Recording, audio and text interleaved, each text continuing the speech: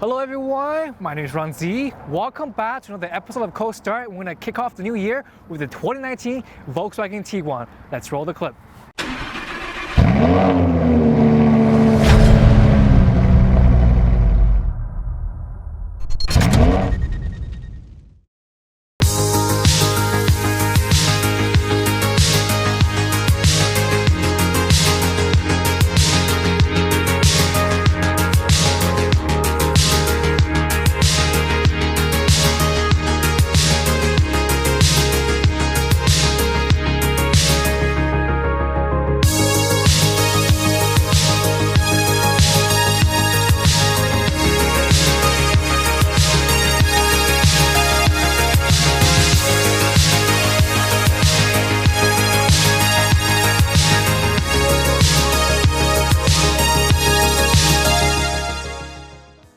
Welcome back everyone. I hope you all enjoyed the cinematic we did for the 2019 Volkswagen Tiguan. We're going to continue our SUV review in the month of January here in the cold snow, and we all know that SUV is perfect for the weather here in Canada. Now this is the second generation of the Volkswagen Tiguan, recently redesigned in 2018. There are some key features that are added in 2019 which we'll explore in just a second. And for anyone who's familiar with the old Tiguan, I feel like the new Tiguan is more mature. I feel like it worked out and got a lot more masculine with the body lines, especially in the front bumper. You can see some sharp lines on the hood over here, below it. I kind of like it when manufacturers go with two different kind of front styling bumper. I'm very used to front bumper having a lot of meshes in the SUV, but here they have two different styles. Number one is this kind of like a silver tone across the front bumper over here with a big badge in the middle.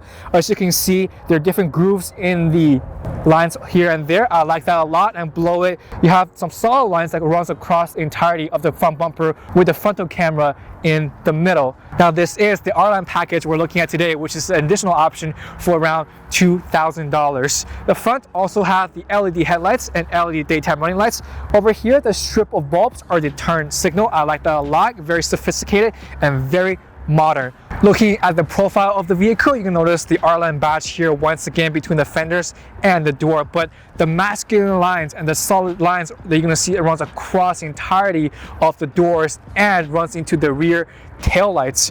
One groove over here that you're going to see in the side profile is this kind of the indented groove here between the front and the rear doors. Very unique, and I like that a lot. Of course, we have a set of 19-inch aluminum alloy wheels. Pair that off with some nice hand-cooked tires for that nice comfortable ride. Moving at the rear side of the vehicle, the lines that invites you from the profile into the rear taillight, oh, the completion is absolutely gorgeous. I don't think any other manufacturer on the market that kind of unifies the body lines all together into the rear end. Of course, the rear have LED taillight as well, and a kind of like a subtle spoiler, not too intrusive. I kind of wish the spoiler is a little bit bigger, but again, that's personal preference. Since we're looking at the comfort line of the Volkswagen Tiguan, this car is equipped with hands-free power tailgate. Bam, look at how quickly the technology responds whenever you want to activate something, right? Looking at the space, very, very spacious. Of course, this space is going to be divided in almost half when you add the third row in there. And one thing I love about the rear trunk is that they added the latch over here so you can fold the seats. Now, when you fold the seats, as you can see, they fold 60-40, but you can also fold the seats 40-20-40, which is also unique to the SUV market on its platform, right? So a lot of the SUVs only do 40 and 60, but having the option of folding 40-20-40 open up a lot of personalization of where you want to store in the rear trunk. And one additional exciting feature on the trunk is this delayed closing function. We all know that you can motion the gesture to close the tailgate, tap this button over here, but tapping the delayed closing function, you're able to do whatever business that you have here. For example, you have a lot of groceries, but you don't have any hands to tap this button over here. So you can tap it first, do your business, and as soon as you leave or the key leaves with you, the tailgate will close automatically. Very convenient, and I don't think I see that in any other SUVs on the market. And the technology is very quick to respond as well, right? And one interesting feature in 2019 model, or Volkswagen in general, is this rear camera washer. Very cool. Just in case it gets dirty, you don't have to use your hand to wash the rear view camera. To finish off the rear bumper, you're gonna notice 1, 2, 3 grooves in the lower part of the rear bumper, additional sporty elements for the Volkswagen Tiguan, and kind of matches the grooves that you found in the frontal bumper of the... I just motioned the gesture to the sensor and the truck open, guys. It's pretty funny. But anyways, the 3 grooves over here are kind of matching the front bumper of the Volkswagen Tiguan. And unfortunately, you have 2 fake exhaust chrome finisher here for the added, I guess, look for it. But to me, it doesn't really matter if you have it or not. I actually prefer it if you don't have it, or even paint it in black.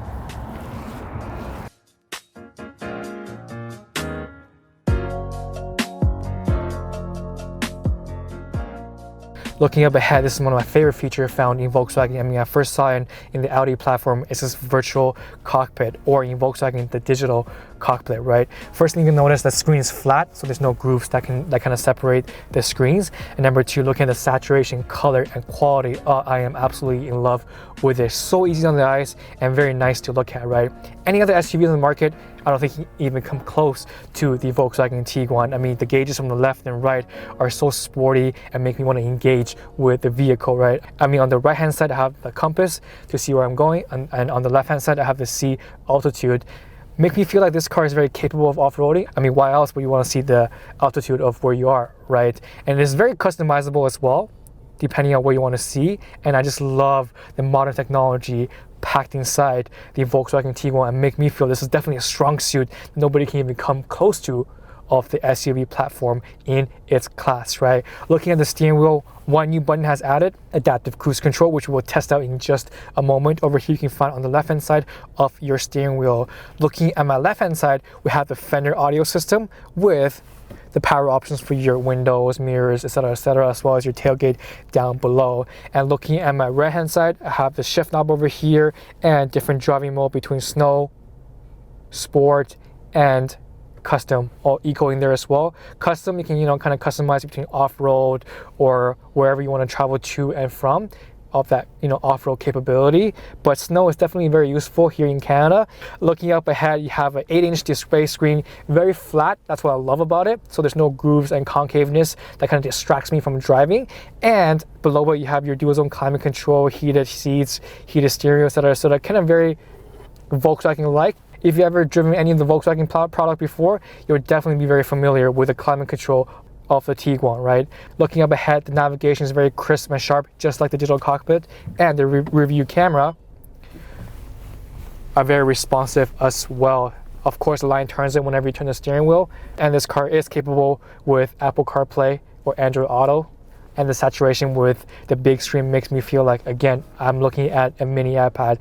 One thing I do wish the Volkswagen have is the wireless charging pad, which does not come here in this trim that we're looking at today. Unfortunate, right? And looking up ahead, last but not least, we have the big panoramic sunroof that extends all the way to the rear side, kind of into the third row-ish a little bit, just in case you want to have that viewing ability for anyone that wants to sit in third row, and if you want to add the third row option as well. The seats all done in leather. I love the pattern on the seat as well that extends to the door kind of a little bit with the stitching, right? And because the seats are a little bit protruded, it hugs you, and whenever you make sharp turns, you have less body rolls, right? So I like that a lot. Unfortunately, the passenger seat is manual. The driver's seat is all electronic or power seats. The overall frontal design is very modern, very simple, with additional wavy pattern or kind of like a honeycomb pattern over here found in the passenger side, as well as on the upper part of the door as well. There are additional storage compartment over here. Maybe store your phone, your wallet, I don't know. But the overall material doesn't feel cheap and feel very luxurious in comparison to the other SUVs on the market. Take a look at how much leg space and head space I have in the second row, guys. And the driver's seat is already adjusted the way I am driving, and I'm about 6 feet tall, right? The Tiguan is 10.7 inches longer than the previous generation, and that's why you have the luxury of the leg space and the head space. The seats do come forward and they recline a little bit as well. Opening up the center, you'll have 2 cup holders, and here's how you fold the seats 40, 20, and 40 by tapping this button over here beside the headrest. And bam, that bad boy folds down. So you can personalize of how you want to utilize the rear trunk space, right? Or you don't want to sit beside your passenger, so you can have this dividing line over here. The frontal leather pattern falls all the way to the rear as well. I love it a lot. Again, the leather feels very soft and comfortable to sit in. The center is a little bit elevated, but I am not expected to put my feet up here, and I think I have enough room to rest my feet in the middle and still sit very comfortably in the center. I know a lot of people have kind of been disappointed with the redesign of the Volkswagen Tiguan because there's a drop in horsepower. Of course, we have a 2.0 liter 4-cylinder turbocharged engine, less horsepower, but more torque. Driving on the busy highways such as the 401 or 427, especially going to carry more passengers with the third row capability, I kind of like it if the car has more torque. So you can get to 0 to 100 whenever you're going off the off-ramp, so you don't have to wait forever and ever to see if the car will go up to speed with the traffic or the speed limit of wherever you're traveling to and from, right? So I am actually a big fan of a torque increase and a horsepower decrease. I am not looking to drive this car really to about 160, 180 kilometers per hour. I just want to make sure that it doesn't matter how much passenger I'm carrying or how heavy I'm towing on the rear end, I have enough power or torque to get up to speed in a nice and timely fashioned manner. I'm currently on the sports mode. I'm punching the throttle. I can hit all the way up to 5,000 RPM. Very engaging with the throttle, and I don't feel like, oh, look at that, I'm 140 kilometers already. Again, a lack of horsepower doesn't mean that this car will not go quick. It just means that this car will not go as fast as you would like. Quick and fast, two very different things, and I think if you do drive with a more torquey car, you have a lot more driving pleasure in it as well. And of course, once again, if you're regular on the 401, there's tons of potholes here and there. The suspension on this car feels very soft and make me feel that going over potholes or uneven pavement, it's a breeze, right? Especially matching the tire with the cabin noise. The car overall build quality really surprises me. Look at that. I'm doing corners and I am not slowing down whatsoever because the seats, once again, are hugging me, giving me a more safe feeling. The transmission in the all-new Tiguan is the 8-speed automatic transmission, very smooth, enjoyable, and I feel like as soon as I get about to 2,000 RPM, activities are happening, right? In the previous generation of the Volkswagen Tiguan, I feel like, you know, after reaching 4,000, 5,000 RPM, and then, okay, the car is going and going and going, right? I kind of do wish the car had an auto hold function, very, very easy on the day-to-day commute, but the start and stop function makes the whole overall cabin noise very quiet, and right now the engine is completely shut off and all I hear are very minimum road noises, and very seamless as well for the auto start and stop function. No lag, delivers the technology right away whenever you put your foot on the throttle, so the engine engages right away. Also new for the 2019 year is the remote start for the Volkswagen Tiguan, because we moved the manufacturing here to Mexico for the North American market, right? We all know in German, they don't allow remote start in their vehicles, and that's why they haven't had it on the keys. Other features that are standard across all of the Volkswagen Tiguan platform is the post-collision braking, App Connect, and review camera. I mean, for anyone that has owned a Volkswagen before, the heated seats was the standard option across any trim, right? But in the Tiguan, you can't get the heated seats in the base model, but you can have that as an option, but not a standard option anymore.